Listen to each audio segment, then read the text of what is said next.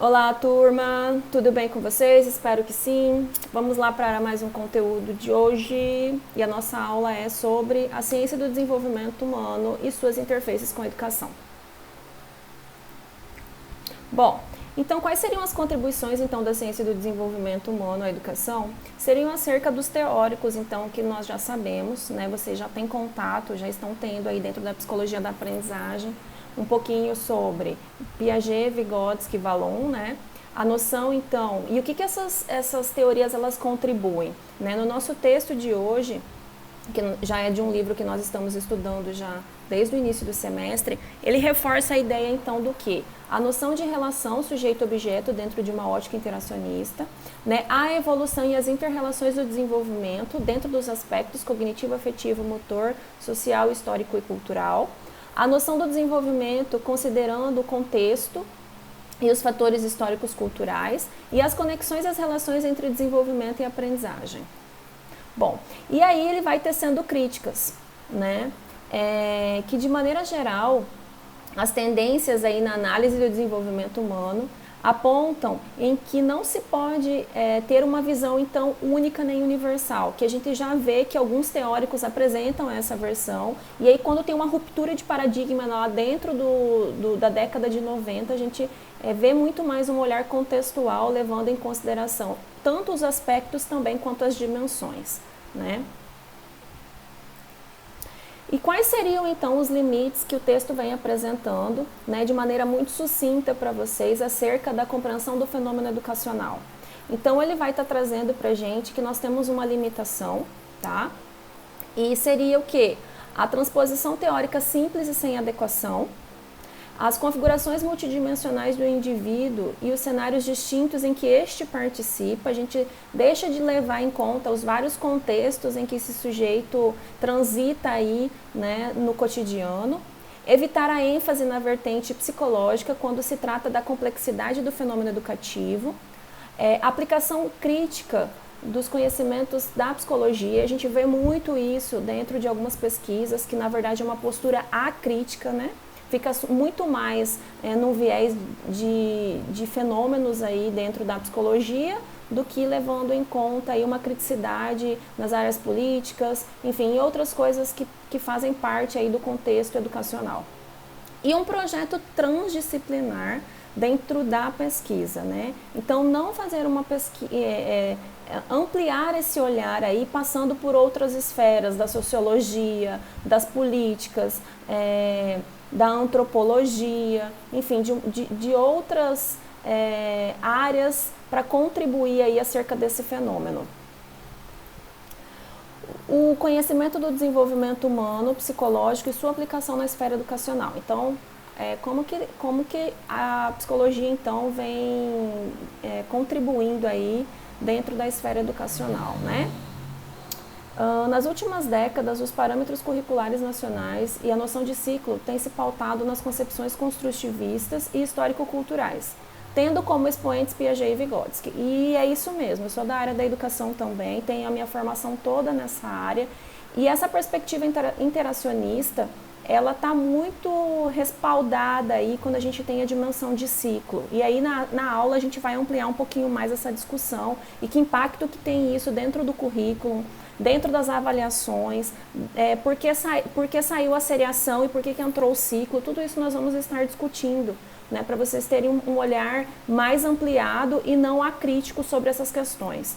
E aí que impacto que tem isso também hoje, que eu não trouxe aqui, mas porque não dá na nossa aula, mas é só para vocês pincelarem. E se a gente, na psicologia da educação, enfim, ou psicologia escolar, a discussão sobre a BNCC hoje é muito importante a gente entender, né, ter um olhar crítico sobre a BNCC hoje, que norteia aí a diretriz curricular, né, do ensino básico hoje. A respeito, então, as especificidades de cada aluno, a visão de unidade de conteúdos, a coerência entre processos de desenvolvimento e aprendizagem de maneira interdependente e integrada, a ênfase do desenvolvimento integral do aluno, superando a preocupação única com o seu desenvolvimento cognitivo, foco nas pesquisas da psicologia da educação e relação entre ensino e aprendizagem. E aqui a gente vai estar olhando também que quando a gente, dentro das unidades escolares, a gente tem escolhas de livros. E aí a gente tem que estar olhando aí para quais são as nossas diretrizes, até para a escolha do material. Né? Porque às vezes o meu material tem um olhar mais tradicional acerca do ensino, e eu vou lá e escolho um material que não é consonante aí com as diretrizes que norteiam a educação e, consequentemente, os parâmetros curriculares também. Mas, enfim, são só discussões, né? Bom, teorias do desenvolvimento em busca de uma compreensão nos processos educacionais, e aí eu vou trazer para vocês Piaget, Vygotsky, Vallon, e depois nessa ruptura de paradigma, as noções de Bronfenbrenner e a teoria sistêmica, que as duas são um pouco mais contextuais, né? Embora Vygotsky e Vallon já tragam isso para a gente. Então, o Piaget, ele, como vocês já estão vendo em outra disciplina, eles ressaltam a ideia do desenvolvimento cognitivo como uma conquista que envolve uma organização simultânea do espaço mental interno e a realidade externa, né? Explicitados então nos processos de assimilação e acomodação de uma adaptação contínua. Mas isso é o quê? Numa relação entre a aprendizagem e o sujeito. É muito individual, não tem bidirecional aqui, tá? Então é só o sujeito e o conhecimento e pronto. Eu não levo em consideração mais nada, o entorno, historicidade aqui. E é muito aquela visão que a gente vem conversando ao longo do tempo. Embora muito importante, né? É uma visão universal. Né, e que aí a gente tem ao longo do texto, e eu já venho apresentando para vocês que a gente tem que ter muita cautela sobre isso, embora nos ajude muito também. O Vygotsky, então, que enfatiza a preponderância de um contexto social no desenvolvimento das funções mentais superiores por meio, então, da interiorização das ações exteriores, né, implicadas aí numa zona de desenvolvimento potencial ou proximal, como está nesse texto. E o Vallon, né, que também ele comunga aí um pouco da ideia de Vygotsky, né, e ele fala da noção de tempo, né, e a cultura que se revestem de um significado, e os estágios do desenvolvimento, então, estão preponderantemente interligados a essa sucessão cronológica, aos interesses e atividades ressaltados neste meio cultural. E ele também traz a importância do afeto no desenvolvimento, então o vínculo entre quem aprende e quem ensina, e também a importância dos papéis, né, dentro das instituições em que esse sujeito aprendente ele passa ao longo da vida.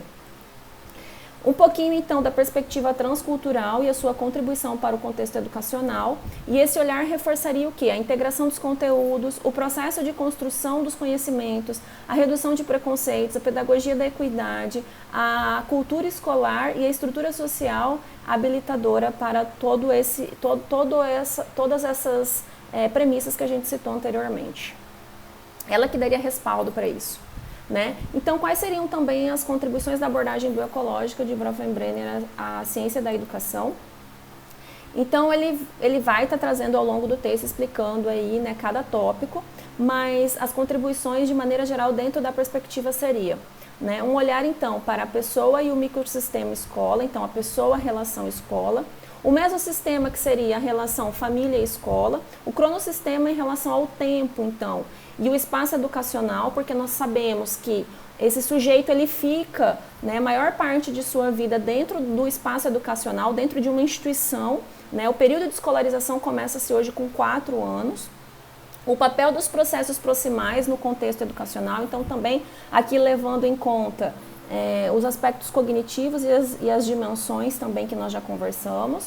E o macrosistema seria a cultura, os grupos, suas crenças e suas interrelações com a família e a escola. Então, tudo isso dentro do contexto educacional, dentro da relação do aprender, né, e ensinar, o Bronfenbrenner aí tá considerando. Então, é bem mais amplo do que os teóricos que a gente viu anteriormente. E um pouquinho da abordagem sistêmica na educação brasileira, pincelando bem rapidinho. E o que seria essa noção sistêmica aí, né? O mundo é visto como um todo, indivíduo, fundindo-se todas as partes do universo, né? Então, o todo é maior do que a simples soma de suas partes, para a sistêmica, né? E características do processo educativo que o tornam um processo sistêmico. O processo educativo é um conjunto de elementos em interação, Então, não se tem só a educação pela educação, e quando a gente amplia isso, depois a gente vai estar verificando que a educação ela depende das outras instituições e de outras políticas públicas para que ela se efetive de maneira plena. Eu dependo da assistência, eu dependo da saúde, enfim, eu dependo de uma série de direitos para que isso se efetive, porque a gente tenha uma redução de desigualdade e vulnerabilidades para que o aspecto da aprendizagem aconteça de maneira eficaz com o aluno. A interação entre os elementos de um processo educativo é constituída por trocas de informação, então se dá pela linguagem, né? A teoria da comunicação aí a gente bebe da fonte, assim como as teorias de sistemas a gente usa dentro da sistêmica também. O processo educativo funciona através de um determinismo circular e bastante complexo, então é como se fosse uma rede, né? Mas tudo circular, né? A gente não vê nada linear nesse sentido. Então é a conexão entre as redes, nessa situação, né, esse olhar que nos importa, assim como a gente olha para o sujeito também dentro dessa visão. Nada universal e nada linear dentro do processo. E assim não poderia ser diferente também dentro do fenômeno educacional. Por fim, em síntese, é preciso rever os paradigmas presentes no processo de ensino que venham impedir ou inibir a construção do conhecimento e nortear uma metodologia e prática sem comprometimento com o progresso do sujeito em instituição escolar. Isso implica considerar as diferenças individuais, os ritmos de aprendizagem e as dimensões cognitivo-afetivas em que norteiam a escolha das atividades apropriadas, a elaboração dos currículos e dos processos de avaliação dos aprendizes, professor e aluno. E tem muito mais, né? Porque isso é só o fim mesmo, né? Então a gente teria que ter um olhar mais sobre todo o processo, tudo que leva em conta o que é educação, né? Que não é só o fim, ensino e aprendizagem, mas tudo isso é consequência, enfim, de toda uma estrutura, né? Que se configura aí o contexto educacional. E a atividade avaliativa seria, de acordo com a aula assistida, na sua opinião, qual a importância e contribuição da perspectiva transcultural no contexto educacional? Então vocês vão ter para respaldo para responder o texto e um pouquinho da nossa aula, que foram os tópicos elencados ali, certo? Beijos, vejo vocês na aula. Até!